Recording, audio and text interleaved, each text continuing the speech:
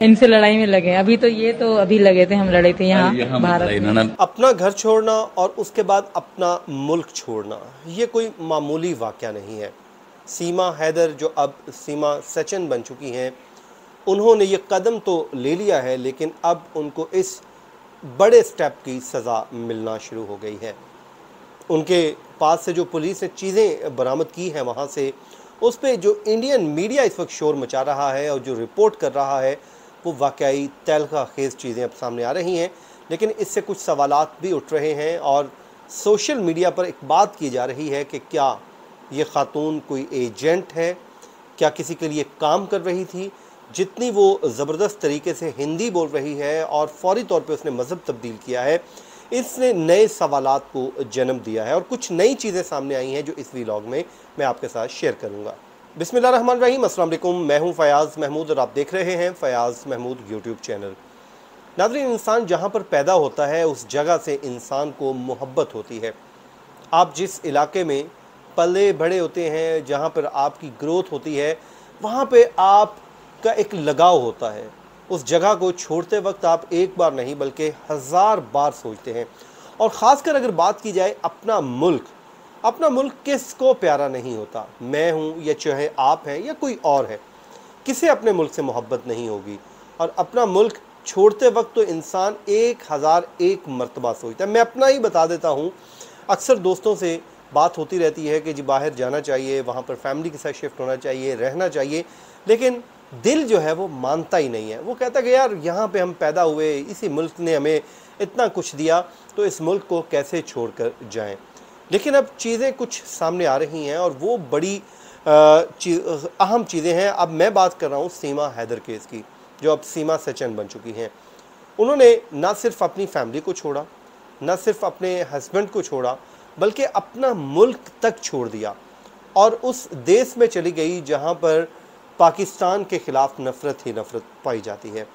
वो उस मुल्क में चली गई जहाँ पर एक दूसरे को शक की निगाह से देखा जाता है और इस वक्त वो ख़ातून भी उसी शक की निगाह से देखी जा रही है। मैं इंडियन मीडिया की एक रिपोर्ट देख रहा था, उसमें कुछ चीज़ें सामने आई, वो मैं आपके सामने रख देता हूँ कि आप देखिए कि किस तरह वो इंडियन मीडिया इस खातून को अब रिपोर्ट कर रहा है।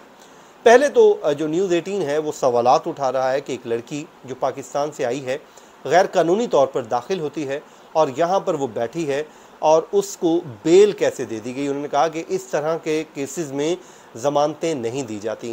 उन्होंने ये भी बताया कि अक्सर जो लोग अजमेर शरीफ जाते हैं, अगर कोई वीज़ा के बगैर वहाँ पर दाखिल हो जाता है तो उनको साल हा साल जेलों में रखा जाता है। तो वो कहते हैं कि इसको इतनी जल्दी ज़मानत देने की कोई समझ नहीं आ रही।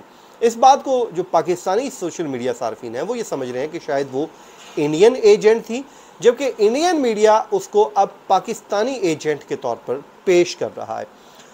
इंडियन मीडिया में एक रिपोर्ट चली जिसमें कहा गया कि जी सीमा से जो पुलिस ने रिकवरीज की है वो क्या है। वो बताते हैं कि सामान में आधार कार्ड जो है वो निकला है जिस पे सीमा का जो नाम लिखा हुआ और उसमें उसको एडिट करके उसका नाम चेंज किया गया है। उसके अलावा 6 पासपोर्ट बरामद हुए हैं। उसके जो आधार कार्ड को एडिट किया गया है, 4 मोबाइल फ़ोन और एक सिम जो है वो बरामद की गई है। उसके अलावा चैट डिलीट कर दी गई है और 2 शादी की VCR कैसेट भी उन्हें मिली हैं। और इवन के ये लड़की कंप्यूटर चलाना भी जानती है और तमाम तर इंटरनेट से भी वाकिफ़ है। इस हवाले से जो सीमा है उसको मुख्तलिफ सवालात का सामना है। ये वो सवालात हैं जो इंडियन मीडिया अब इस लड़की के किरदार पर उठा रहा है। अब देखिए यहाँ पे सोचिए कि अगर वो मुल्क उसने ना छोड़ा होता, अपने मुल्क में बैठी होती, तो आज उसको इस किस्म के सवालात का सामना ना करना पड़ता। बहरहाल ये उसकी अपनी मर्ज़ी थी, उसने बाय चॉइस ये काम किया है, अब चली गई है। तो अब जो वहाँ के वकला बरादरी है वो भी सवालात उठा रही है। वो एक सवाल उठा रही है हिंदी से मुतल्लिक कि उसको इतनी ज़बरदस्त हिंदी कैसे आती है। अब एक्सेंट है, मैं इतने सालों से इस्लामाबाद में रह रहा हूँ, लेकिन जो मेरी उर्दू बोलने का लहजा है वो आज भी पंजाबी है। मैं यहाँ पर मोस्टली मेरा सारा दिन उर्दू बोलने पे गुजरता है, लेकिन यूँ लगता है कि जैसे मैं पंजाबी में ही बात कर रहा हूँ। तो ये मैं खुद हैरान हूँ, कोई इतनी ज़बरदस्त हिंदी उसने कैसे सीख ली। बहरहाल एक वीडियो सामने आई जिसमें उसे सवाल पूछा जा रहा है कि आपकी बाजू पे ये कट लगा हुआ है, तो जिस पे वो एक जवाब देती है, वो बड़ा हैरान कुन जवाब होता है। वो क्या जवाब है?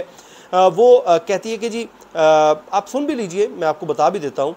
वो कहती है कि जी सहाफ़ी उससे सवाल पूछता है कि ये आपके बाजू पर कट क्या कैसा है? तो वो कहती है कि ये कट लगा है सर। उसने कहा कि कैसे, क्या कोई बॉर्डर क्रॉस करते हुए लगा है? तो उसने कहा नहीं, इनसे मेरी लड़ाई हो गई थी और अभी हम लड़े हैं और इनको आप समझा दें। साथ ही वो कहती है कि ये बहुत क्यूट लगते हैं सर। अब मुझे नहीं पता वो मजाक कर रही है, क्या कर रही है, लेकिन उसने इस कट वाले सवाल को गोल मोल कर दिया। उसने सही बात नहीं बताई कि उसके बाजू पे ये कट किस तरह लगा, लड़ाई हुई, मारा पीटा गया या कोई ज़ख्म कैसे आया। ये उसने इस सवाल का जवाब नहीं दिया, बल्कि वो इस खूबसूरती से इस बात को टाल गई। अब सूरत हाल ये है कि मुख्तलिफ सवालों की जद में है ये खातून। इस वक्त वो भारत में मौजूद हैं, बेल पर है, उसके 4 बच्चे भी वहाँ पर हैं। उसके जो पाकिस्तानी शौहर हैं ग़ुलाम हैदर, वो सवालात कर रहे हैं कि मेरी बीवी को वापस पहुँचाया जाए क्योंकि मैंने डाइवोर्स नहीं दी, जबकि खातून कहती है मैंने डाइवोर्स दे दी है। अब लड़की कहती है कि मेरी बहनें और भाई भी एक पाकिस्तान में मौजूद हैं। अब जिस तरह शौहर तो सामने आ गया, लेकिन मुझे नहीं समझ आती कि उसकी बहनें और भाई क्यों सामने नहीं आए। ये एक सवाल है जिसका जवाब मिलना चाहिए। लेकिन आ जाए बात अब करते हैं एजेंट की। तो एजेंट की बात पे मैं आपको थोड़ा सा बता देता हूँ।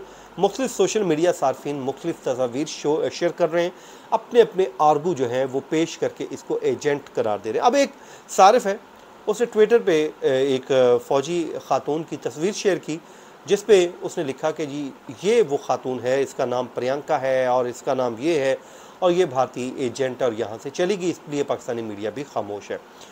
जब मैंने थोड़ी रिसर्च की और मैंने वहाँ पे कमेंट में देखा, तो वहाँ पे एक और सारिफ ने उनको जवाब दिया हुआ था जिनकी आप तस्वीर शेयर कर रहे हैं। ये समिया रहमान साहिबा हैं। ये सिनफ़े अहन ड्रामा था, उसमें एक रोल भी अदा कर चुकी हैं।